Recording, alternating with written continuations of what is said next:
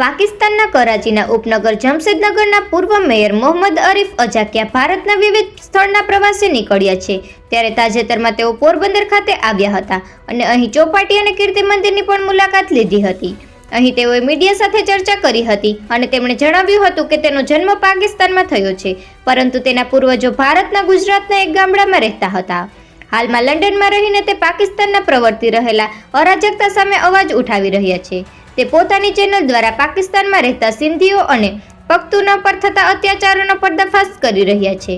મોહમ્મદ આરિફ ભારતના વડાપ્રધાન નરેન્દ્ર મોદી અને સનાતન ધર્મના પણ ચાહક છે। તેમનો પરિચય પોરબંદર ટાઈમ્સના દર્શકોને આપીએ તો 1964માં કરાચીમાં જન્મેલા મોહમ્મદ આરિફ અજાકિયા માનવાધિકારની લડત ચલાવતા કાર્યકર્તા છે અને પાકિસ્તાનમાં માનવ અને લઘુમતી અધિકારીઓના ઉલ્લંઘન વિશે વિશ્વ સમુદાયને માહિતગાર કરવા માટે કાર્યરત છે। તેમના માતા પિતા 1947માં ભારતમાં ક્રૂર વિભાજન પછી પાકિસ્તાનમાં સ્થળાંતર કરી ગયા હતા। તેમના પિતા જૂનાગઢ નજીકના ગામના આજકના હતા અને માતા બાટવાના હતા।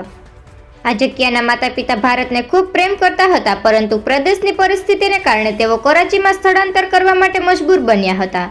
જેઓ હંમેશા પસ્તાવો કરતા આરિફ તેમના બાળપણના શરૂઆતના થોડા વર્ષો કરાચીમાં વિતાવ્યા હતા, પરંતુ તેમના પિતાએ સાઉદી અરેબિયામાં જેહાદમાં સાઉદી અરેબિયા સેન્ટ્રલ બેંકમાં નોકરી લીધી હોવાથી તેમનો પરિવાર 1973માં 4 વર્ષ માટે સાઉદી અરેબિયા ગયો હતો। 1977માં તેઓ કરાચી પાછા ગયા, જ્યાં તેમણે 1980 સુધી માધ્યમિક શાળાનો અભ્યાસ પૂર્ણ કર્યો। 1984થી 1987 દરમિયાન રિયાદ બેંકમાં કામ કરવા માટે સાઉદી અરેબિયાના જેહાદ ગયા હતા। માતાની માંદગીના કારણે તેમણે ફરીથી કરાચી જવું પડ્યું હતું। 1990માં તેણે યુરોપ જવાનું નક્કી કર્યું અને નવું જીવન શરૂ કરવા બેલ્જિયમ આવ્યા। 1999 સુધી તે બેલ્જિયમના વિવિધ શહેરોમાં રહ્યા હતા।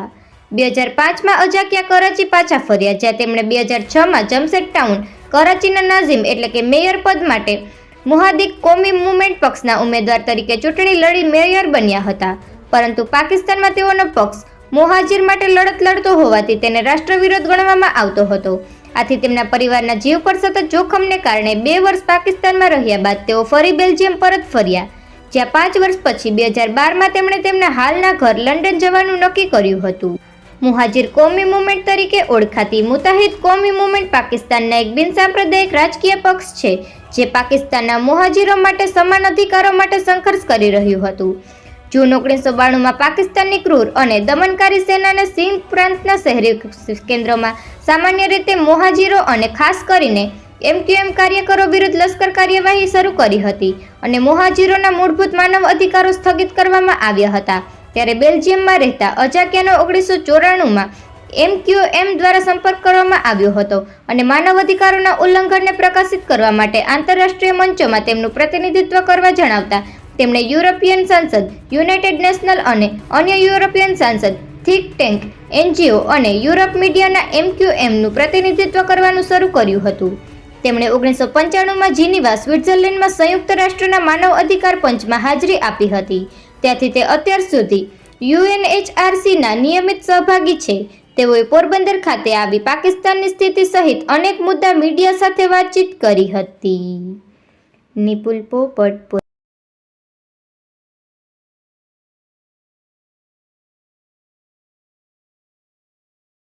अजाकिया नाम है मेरा। मैं कराची में पैदा हुआ। मेरे फादर और मदर यहाँ पे पैदा हुए, गुजरात, सौराष्ट्र, और आजक हमारा गांव है जहाँ पे दादा बाप सब उधर पैदा हुए। बांटवा में मेरी माँ पैदा हुई।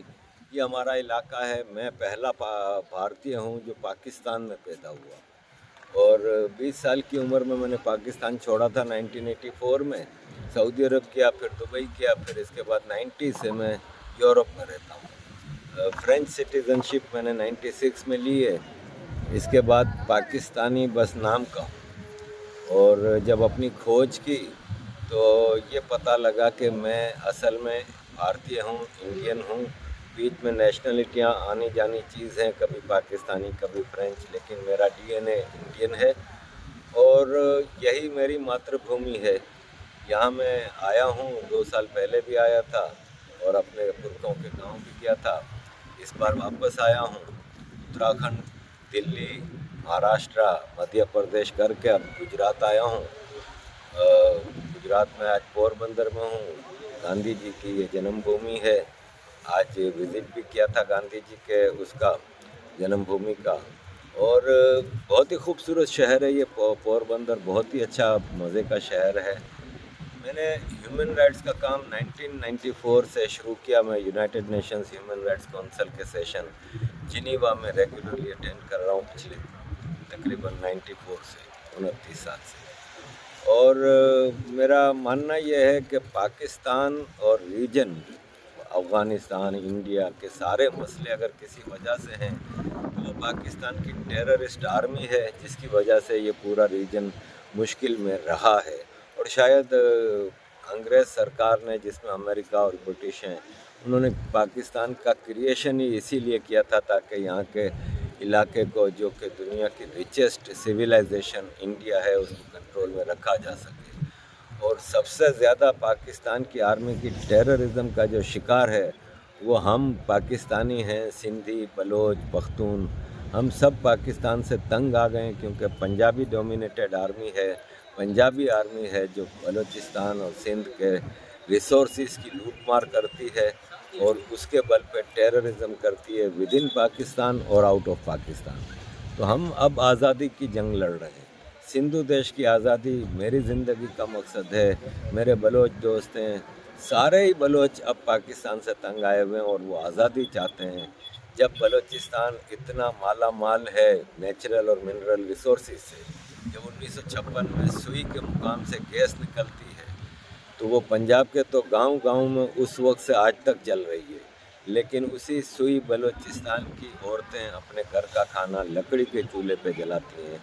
तो फिर हम कहते हैं कि हमारे वसाइल, हमारे रिसोर्सेज पंजाब के काम आ रहे हैं और पंजाब की आर्मी उसकी लूटमार कर रही है। हमें आवाज़ तक उठाने नहीं दी जा रही। हमारे हज़ारों लोग इस वक्त भी मिसिंग हैं। इस वक्त इस्लामाबाद में पिछले 1.5 महीने से बलोच औरतें और बच्चे आंदोलन कर रहे हैं, प्रोटेस्ट कर रहे हैं, सिर्फ ये सवाल कर रहे हैं। एक लड़की ने प्ले कार्ड उठाया हुआ है जिस पे लिखा है कि मुझे इतना बता दो कि मैं यतीम हूँ कि नहीं। उसके बाप को उठा के ले गए, पता ही नहीं है कि वो कहाँ है, क्या है। इतने हज़ारों बलोचों को आज तक गायब कर चुके हैं। और कभी किसी की लाश मिलती है, कभी कई सालों बाद कोई बड़ी कब्र मिलती है जिसमें से कई दर्जन ढांचे मिलते हैं, हड्डियों के खंगाल मिलते हैं और पता ही नहीं चलता कि कौन ज़िंदा है, कौन मर गया है। तो आप अगर ह्यूमन राइट्स की बात करें तो पाकिस्तान में तो ह्यूमन राइट्स है ही नहीं। और हम इसीलिए ये आवाज़ उठाते हैं और हम मुड़ के सिर्फ एक ही जगह देखते हैं कि इस इलाके का बड़ा भाई, इस इलाके की मातृ देश जो है वो भारत है। और भारत को मतलब इतना मुकाम मिला है दुनिया में कि कम से कम भारत मालदीव्स को बचाता है, श्रीलंका को बचाता है। बांग्लादेश की आज की इकोनॉमी इतनी तेज़ी से ऊपर जा रही है, वो भारत की बदौलत है। उनके लीडर्स एक्सेप्ट करते हैं। तो फिर भारत हम सिंधियों को, बलोचों को, पख्तूनों को क्यों मदद नहीं करता? जब पाकिस्तान कश्मीर में टेररिज्म करता है, खालिस्तानी नामी टेररिज्म कर सकता है, तो हमारी तो जेन्युइन आज़ादी की लड़ाई है, हमारे कंसर्न्स तो जेन्युइन है। तो भारत हमारी मदद करे ताकि हम सुकून और शांति से भारत के पड़ोस में रह सकें। ये याद दिलाता चलो कि सिंध तो भारत के नेशनल एंथम का भी हिस्सा है। तो इसलिए हम हज़ारों साल से सिंध और हिंद एक हैं और हम भारत का हिस्सा हैं, भारत के बच्चे हैं और भारत से ही हम मदद मांगते हैं। लास्ट आप पाकिस्तान से कब निकले थे और अब कुछ डॉक्यूमेंट है पाकिस्तान का तो इंडिया में कुछ प्रॉब्लम आता है कि नहीं आता हो? है जी। आपका जो जन्म है पाकिस्तान में हुआ है, इसका जो डॉक्यूमेंट है इंडिया में चलने में कुछ प्रॉब्लम आता है कि वो चलता है? देखिए, प्रॉब्लम तो जाहिर है, हमें भारत मदद करती नहीं, ठीक है। हम यहाँ पे भी टूरिस्ट वीज़ा लेके आए हैं, लोगों से प्राइवेटली मिलते हैं, लेकिन हम कोई ऑफिशियली कोई चीज़ नहीं कर सकते।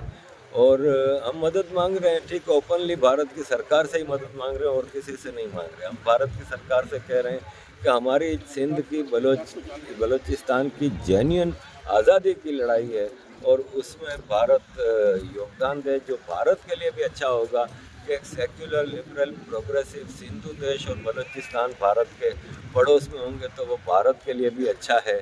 और ये है कि अगर आज भारत के ईस्ट में एक कंट्री ईस्ट पाकिस्तान होता तो भारत के लिए आज भी मुश्किल होती है। लेकिन आज वहाँ पे बांग्लादेश है जो कि तरक्की करता कंट्री है। ठीक है, छोटे मोटे प्रॉब्लम हैं, लेकिन फिर भी बांग्लादेश भारत के लिए बुरा नहीं है जैसे पाकिस्तान है। तो इसीलिए सिंधु देश और बलूचिस्तान आज़ाद होगा तो बहुत फ़ायदा होगा। और इंटरनेशनल कम्युनिटी तो हमारी तरफ ध्यान ही नहीं देती, क्योंकि हमने तो यूनाइटेड नेशन में 29-30 साल गुजारे हैं। हम जानते हैं कि यूनाइटेड नेशन तो एजेंडे पे चलती है और जो अमेरिका का एजेंडा होता है उस पर चलती है। अब जैसे कल अमेरिका के सेक्रेटरी ब्लिंकन ने कहा है कि बांग्लादेश के इलेक्शंस नकली थे और हसीना वाजिद की विक्ट्री कौन नहीं मानते। लेकिन जब ये बयान दे रहे थे उसी वक्त अमेरिका के एम्बेसडर पाकिस्तान में पॉलिटिशियन से मिल रहे थे, क्योंकि पाकिस्तान में 8 फरवरी को इलेक्शन थे। यानी बांग्लादेश के इलेक्शन खराब हैं और ये अमेरिका खुद अपनी मर्जी से जो इलेक्शन करा रहा है वो क्या है। डेमोक्रेसी भारत में ख़तरे में है ये अमेरिका कहता है, लेकिन पाकिस्तान में तो डेमोक्रेसी है नहीं। तो ये अमेरिका के एजेंडे हैं जिस पे चीज़ें चलती हैं। जिस दिन हमारा बलूचिस्तान और सिंध का मसला अमेरिका की प्रायोरिटीज़ में आ जाएगा, दूसरे दिन हम आज़ाद होंगे। लेकिन ये अमेरिका बहादुर है जो पाकिस्तान को चला रहा है, क्योंकि अमेरिका का इस रीजन में काफ़ी कुछ है और उसको अचीव करने के लिए उसको एक पपेट स्टेट चाहिए इस इलाके में जो पाकिस्तान सर्व करता है।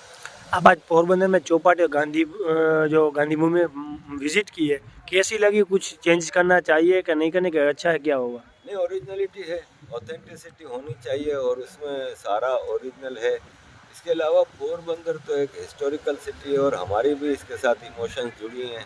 कि मेरे पिताजी बताते थे कि जब मैं छोटा था, यानी मेरे पिताजी छोटे थे, तो दादाजी के साथ अक्सर बिजनेस के लिए आजक से पोरबंदर आते रहते थे। तब से मेरी ख्वाहिश थी कि पोरबंदर मैं भी देखूं जहाँ मेरे पिताजी के भी पाँव पड़े थे। और मेरा सौभाग्य है कि आज मैं पोरबंदर में हूँ और मैं बता नहीं सकता कि मुझे ये शहर कितना पसंद आया। बहुत ही छोटा लेकिन बहुत ही खूबसूरत शहर है, लोग बहुत मिलने वाले, मोहब्बत करने वाले हैं और एक अद्भुत शहर है।